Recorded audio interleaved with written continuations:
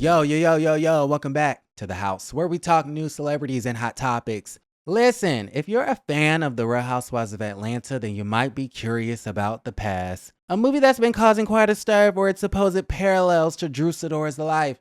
So last night, I decided to give it a spin on Peacock, and boy, do I have some thoughts to share, child. First things first, this is Todd Tucker's debut in the world of filmmaking, and for a rookie, I think he's done a pretty good job.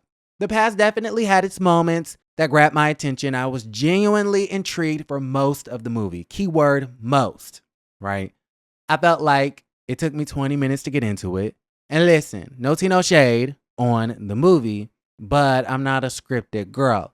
So it really takes me 20 minutes to get into anything, right?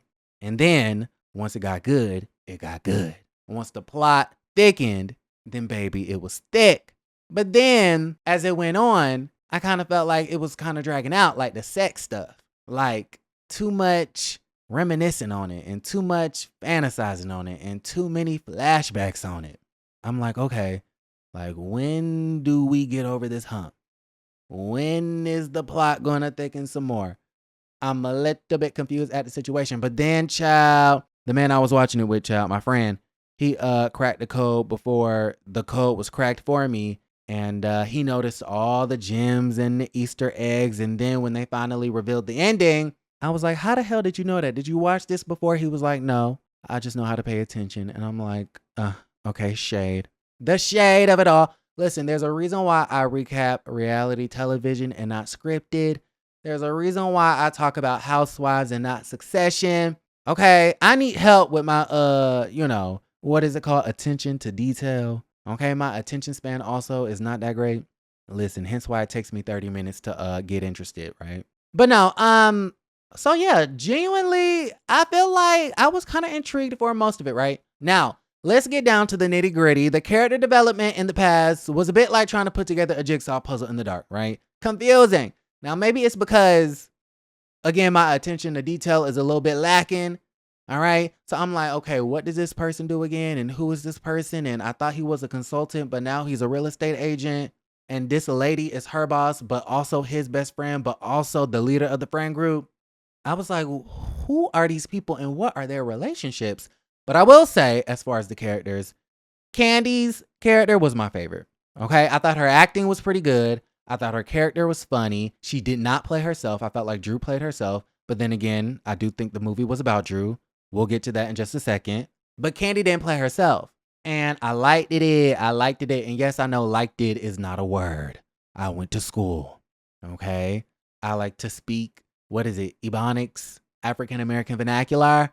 But yeah, I liked it. I thought, Candy was cute. Like Candy did her thing. And whenever she would pop up, I knew that I was going. Now, it was one scene where she was mean mugging her husband. And that scene I didn't really understand. And then when the end was revealed, I was questioning, like, what was the point of adding that in? Like, it just didn't make a lot of sense to me. I'm like, were they a real couple? I'm confused. Like, I really need to watch this again and really, like, take notes because I don't know what that was about.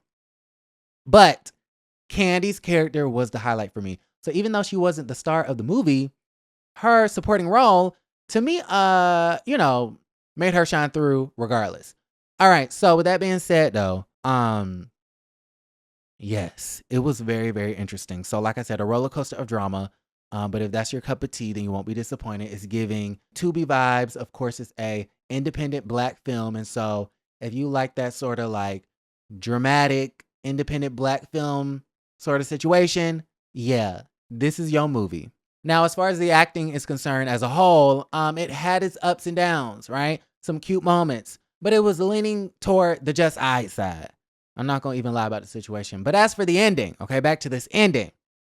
It's not exactly happy sunshine and rainbows, right? It's not a happy sunshine and rainbows kind of conclusion. Personally, I like to walk away from a movie with a sense of satisfaction, and The Past just did not quite deliver on that front.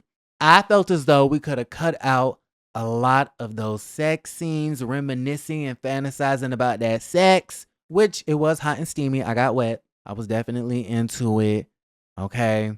The girl on girl action, eating each other out.